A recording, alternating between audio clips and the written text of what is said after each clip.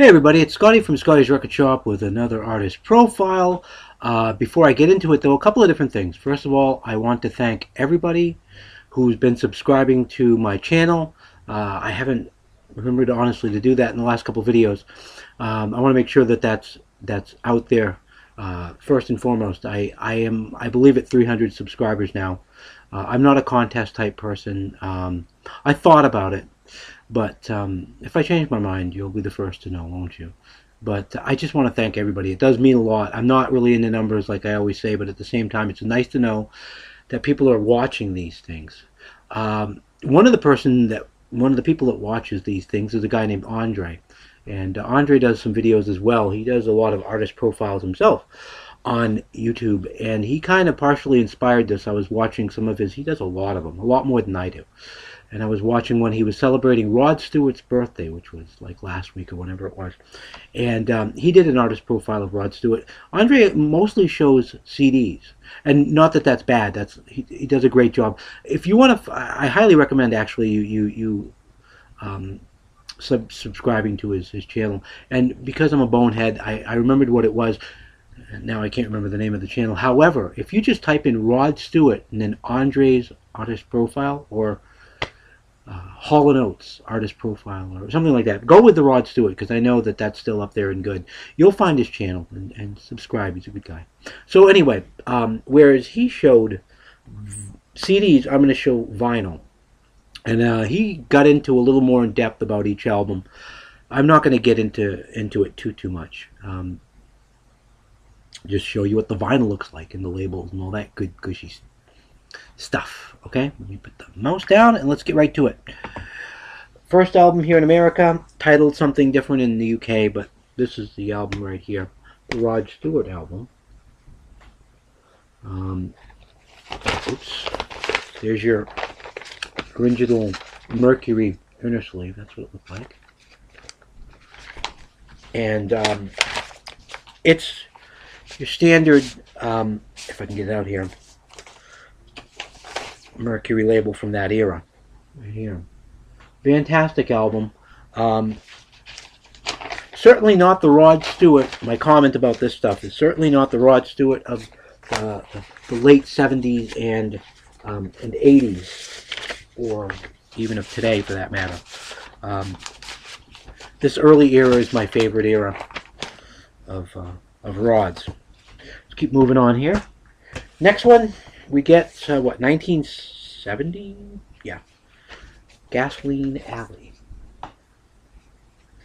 Great album as well. Without being too redundant, just know that these are all great records. Again, I'll show you nothing spectacular. Same Mercury label, original press, from 1970.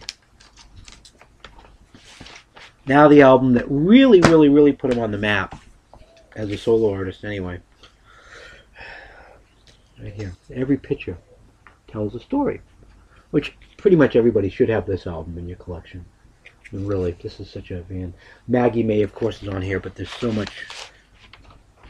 many other great tracks on here. Again, the Mercury label. Oh, this is dirty. Did you see how dirty that record was? Woo-hoo! It hasn't been played for a little while, obviously. Well, I'm going to put that over here because that's getting clean tonight. That's going to take a bath. Yeah, we'll put that right there. All right. Okay, this is our next Rod Stewart LP. Great thing about this record, if I held it upright, it would be never a dull moment. Great thing about this record, check this out. It opens like this. It's kind of a gatefold. Gatefold this way. But the bottom half, you can see what I'm doing here, the bottom half opens as well. And you have another gatefold. So in effect, it's two gatefolds into one LP, because you've got this center. See how that is? And inside this, from the top, you get the album. Oops, Mercury as well. There. And this one doesn't need to be cleaned. Wow, I still can't get over how dirty that other one was. It's like, wow. I don't know how that happened. Okay. Still hanging out with the Mercury stuff. Not one of his most popular albums, but this I like this album, nevertheless. Smiler.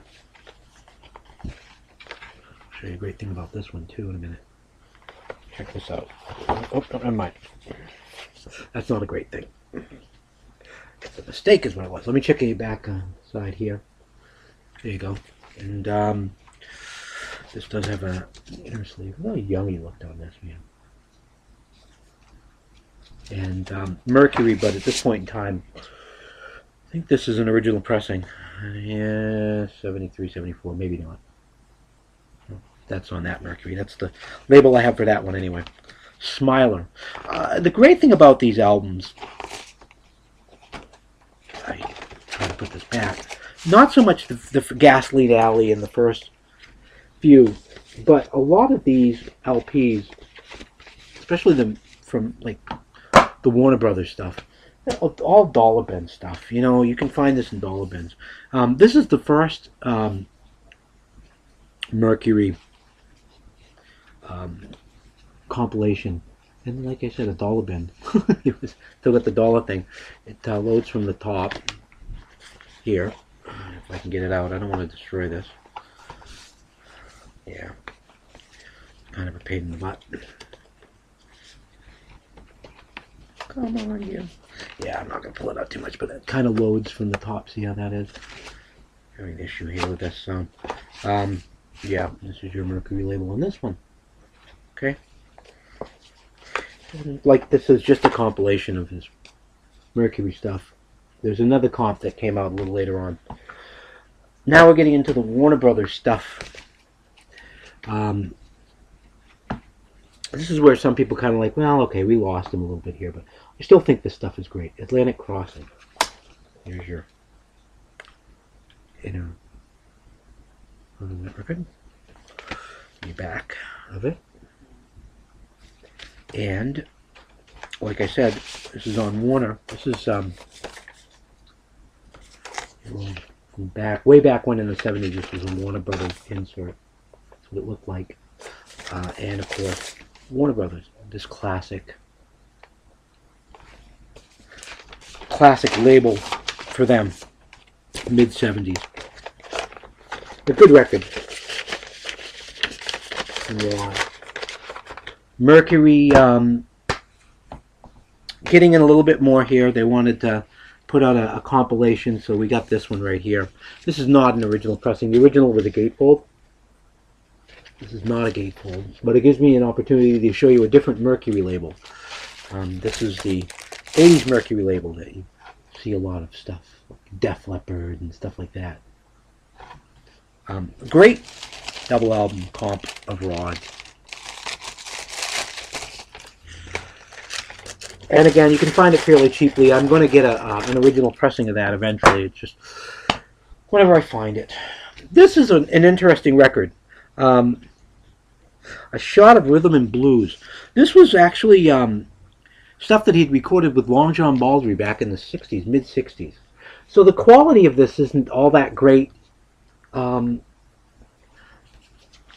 I still kind of dig it. It's raw. Very, very raw. Put that way. See how young you are on that. The label, of course. Here's your label on this one. Get it nice and close. There you go. People who just held the copyrights to some of his stuff, and he was becoming very popular. He was quite popular, and cashing in on him, you know. But again, if you see this album, you know, just know that it's not typical mid-70s Rod Stewart stuff. But it's okay. All right.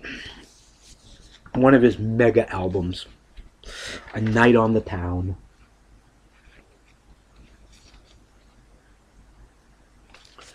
Tonight's the Night, I think, was on here. There's your inner sleeve on this one. And album again, Warner Brothers. Mega popular.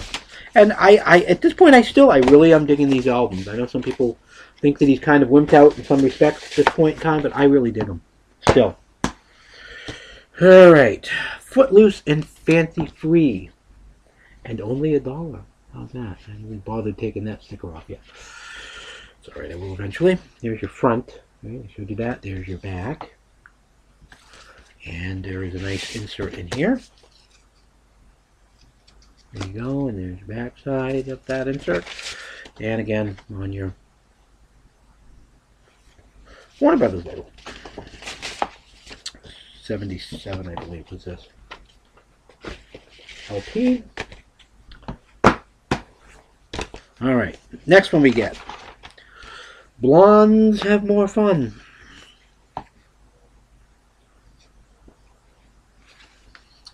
Do You Think I'm Sexy, I think is on here. But now this is where really people were like, okay, Rod, we've had it. And you know what? I'm still okay with it. I don't know. I still dig this stuff. There's your, and it's at this point in time on this Warner Brothers label, the kind of the tan, but it's a darker tan. It's an original press of that. And like I said, I still think that this I can still deal with this. You know, Warner Brothers gives us their first greatest hits record. Isn't a bad record at all. And I don't believe this has the original inner sleeve, does it? No, it doesn't. So I'm not going to bother. The original inner sleeve had a black and white picture of him. Next one. Foolish Behavior. This is where I kind of...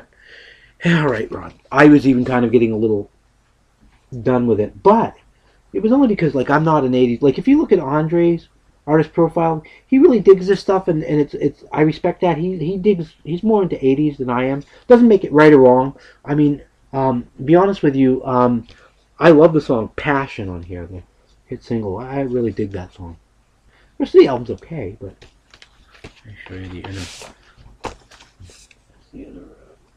That doesn't make it as a custom.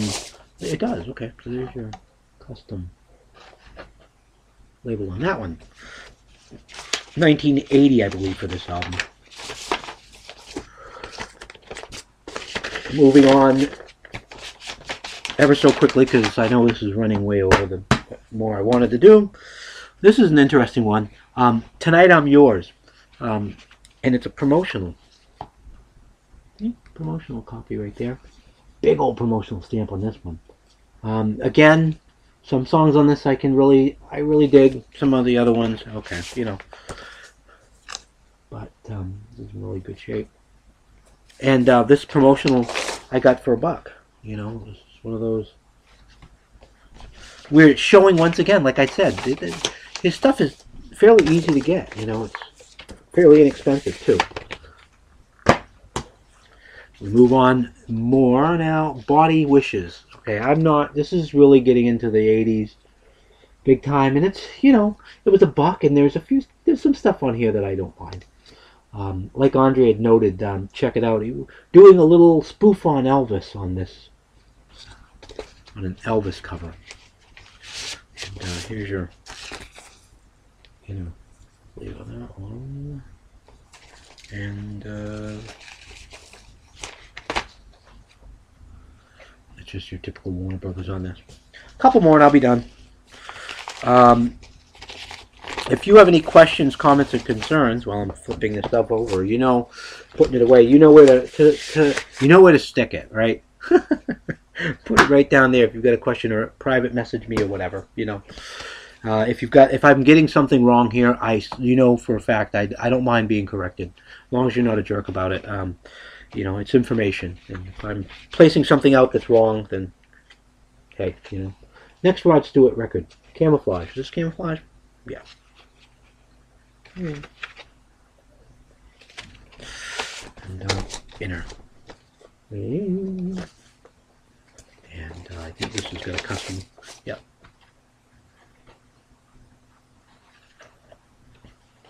One more Rod Stewart record to close up the 80s.